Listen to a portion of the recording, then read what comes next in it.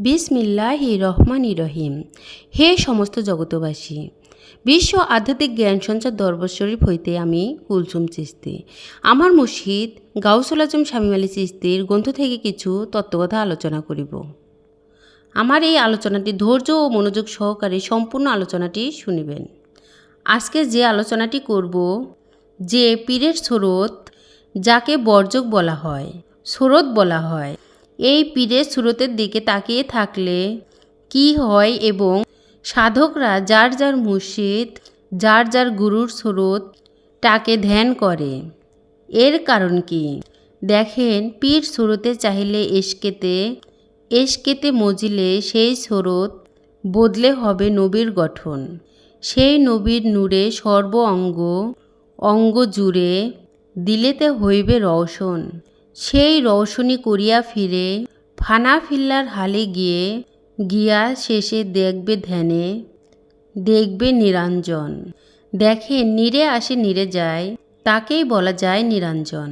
দেখেন, নিরঞ্জন যাকে বলি, তার কি কোনো রূপ আছে? তার কোনো রূপ নাই, তাকেই বলা হয় নীর আকার। এখন যদি বলি নীর কিসের আকার? নীর তো দেখা যায় পাখির বাসা, বা নীর অর্থ বলা হয় পানি, তাহলে কোনটা? তাহলে যদি বলি পানির আকার, তাহলে দেখেন পানির রং স্রোত নেই, তার নিজস্ব।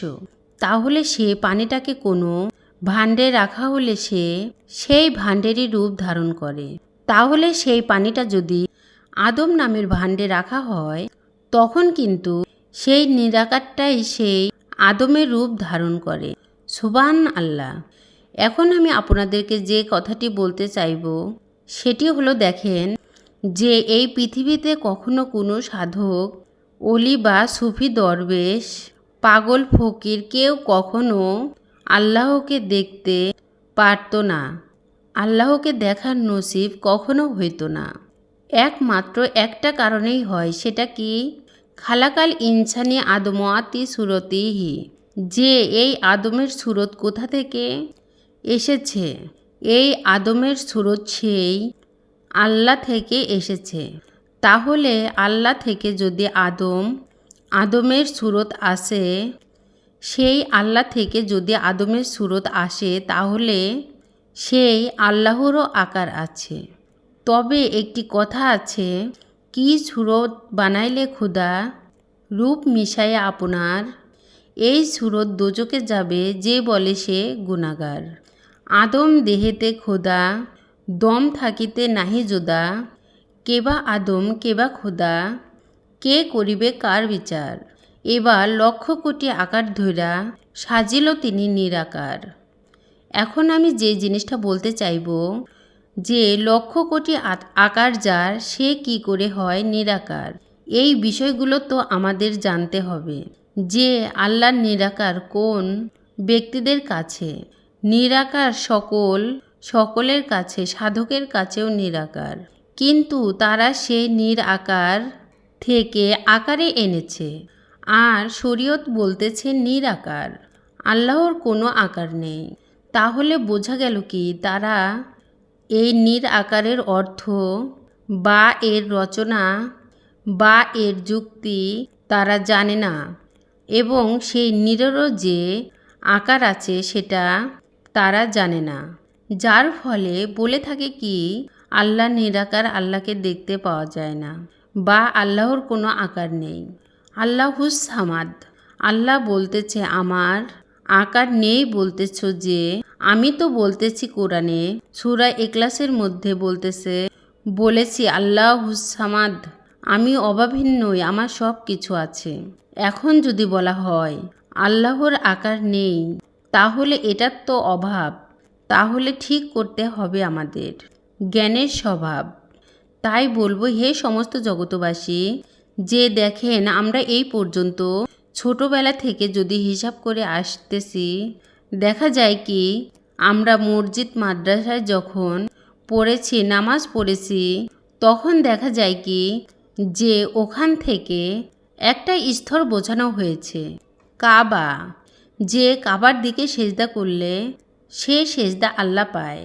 এটাই তো শিখেছি। তবে এই শিক্ষা থেকে কেউ ক্রস করে জীবিত কাবার দিকে এসেছে। সেই জীবিত কাবা কি? যার যার মসজিদ নড়াচড়া করে, কথা বলে এবং শিক্ষা দিতে পারে, পথ দেখাতে পারে, তাহলে বোঝা গেল জীবিত কাবার দিকে কেউ এগিয়েছে। আবার কেউ সেই সৌদি আরবের কাবা নিয়ে পড়ে আছে যে এটাই সেই কাবা। তবে আমি বলবো, দেখেন, কাবা শব্দের অর্থ সুন্দর বস্তু। কাবা শব্দের অর্থ যদি সুন্দর বস্তু হয়, তাহলে আল্লাহ তো বলেছেন, আমার মুমিন ব্যক্তি, আমার বন্ধু, আমি যাদেরকে মসজিদ প্রেরণ করেছি তাদের থেকে সুন্দর আর কেউ হয় না, কেউ নেই, কিছু নেই। তাহলে মসজিদ কাবা এটাই সুন্দর, অলিয়া উলিয়া কাবা এটাই সুন্দর। এবং যারা বলতেছে যে সৌদি আরবের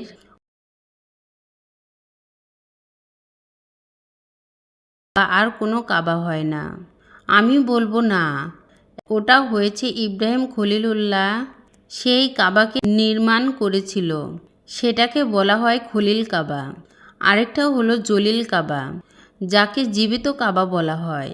তার কাছে জিজ্ঞাসা করলে শিখতে পারি, সে পথ দেখায় আমাদেরকে, দেখা যায় পথ প্রদর্শন করেন। তিনি হলো মুর্শিদ। যারা অলি আউলিয়া আছেন, এদের মধ্যে যারা মুর্শিদ হিসেবে আল্লাহর তরফ থেকে প্রেরণ হয়েছেন, তারা নবীদের ডিউটি করতেছে যেমন নবী রাসূলরা, কিন্তু দেখা গেছে মানুষদেরকে ধর্মের পথে এনেছে, আল্লাহর পথ দেখিয়েছে। তাহলে নবুয়াত খতম হয়ে গেছে এখন, কিন্তু বেলায়েতের যুগে মুর্শিদ চালু হয়ে গেছে।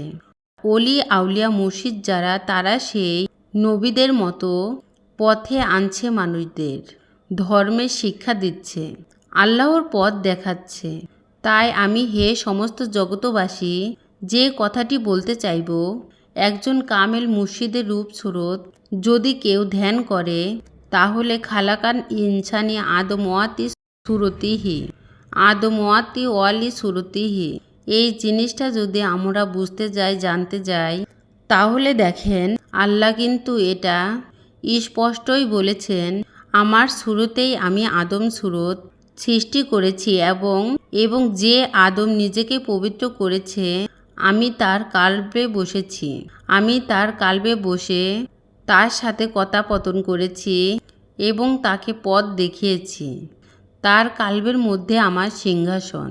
তাহলে একজন মুমিন ব্যক্তির কাল্বে বা একজন মুর্শিদের কাল্বে যদি আল্লাহ বসা থাকে, তাহলে সেজদাটা কোন দিকে করবেন? তাহলে আমি বলবো কাবার দিকে আমরা সেজদা করি। সেই কাবাটা কিন্তু মাটি দিয়ে, ইটা পাথর তুলে, কালা কাপড় দিয়ে ঢেকে রাখা হয়েছে। এটার ভিতরে 360টা মূর্তি ছিল, এখন সেটা নেই। এখন কি আছে? আল্লাহ আছে না? আল্লাহ বলেছেন আমি সর্বময় বিরাজিত, কিন্তু আল্লাহ সর্বময় বিরাজ থাকলেও কিন্তু আল্লাহর একটা বাসাবাড়ি আছে। যেমন কাল্ব যদি যায়, কাল্বে আল্লাহর সিংহাসন, এখানে কিন্তু আল্লাহর অফিস আদালত, এখানে বসেই কিন্তু মানুষের সমস্ত সৃষ্টি জগতের সমস্ত সমস্যা সমাধান করে থাকেন। এবং আল্লাহর যে বাসভবন, সেটা হলো সিদরাতুল মুনতাহা, যেখানে মগজের ঠিকানা। তবে হে সমস্ত জগতবাসী, আজকে এই কথাটি এ কারণেই বলছি, যারা নিরাকার আল্লাহর কোনো আকার নেই বলেই চালিয়ে দিচ্ছে, তাদের কিন্তু বোঝা উচিত আল্লাহ কিন্তু বলেছে আমি স্বয়ং সম্পূর্ণ, আমার কোনো কিছুর অভাব নাই। যারা বলে আল্লাহর আকার নাই, তারা কিন্তু জবাব দিতে পারবেন না সেই হাসরে যারা যাবে। যাই হোক, হে সমস্ত জগতবাসী, হাসরে যারা যাবে এবং যারা হাসরে যারা আছে তারাও কিন্তু বুঝতেছে না, আবার যখন জন্ম নিয়ে সেখানে যাবে, সেখানেও কিন্তু তারা এরকমই বলতে থাকবে, কারণ বিগত জন্মে আপনার কর্ম ফল হিসেবে আপনি আবার যখন জন্ম নিবেন, এখানে এসেও আপনি তাই বলবেন।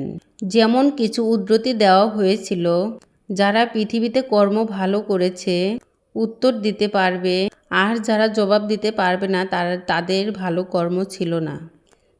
তাই আমি বলতে চাইবো, হে সমস্ত জগতবাসী, মানুষ যখন বুঝতে পারে, জানতে পারে আল্লাহর আকৃতি আমাদের এই দুনিয়া থেকেই দেখে যেতে হবে, বুঝে যেতে হবে, চিনে যেতে হবে এবং আমাদের সেই রূপে সাক্ষাৎ ঘটিয়ে তার সাথে আমাদের সম্পর্ক করে নিতে হবে। এই দুনিয়াতে যদি আল্লাহ দেখতে পারি তাহলে আমরা চিনে রাখব। আবার যদি মৃত্যুর পরে আসতে হয় তাহলে কিন্তু আবার আমরা এই আল্লাহকেই দেখতে পাবো এবং চিনতে পারবো। হে সমস্ত জগতবাসী, আমি এই আলোচনাগুলো করে আপনাদেরকে কি বুঝাইতে চেয়েছি অবশ্যই কিন্তু আপনারা কমেন্টে জানাবেন এবং সামনে কি ধরনের আলোচনা চান অবশ্যই জানাবেন এবং আমাদের চ্যানেলটিকে যারা নতুন সাবস্ক্রাইব করে রাখবেন। সকলে ভালো থাকবেন, সুস্থ থাকবেন। আল্লাহ হাফেজ।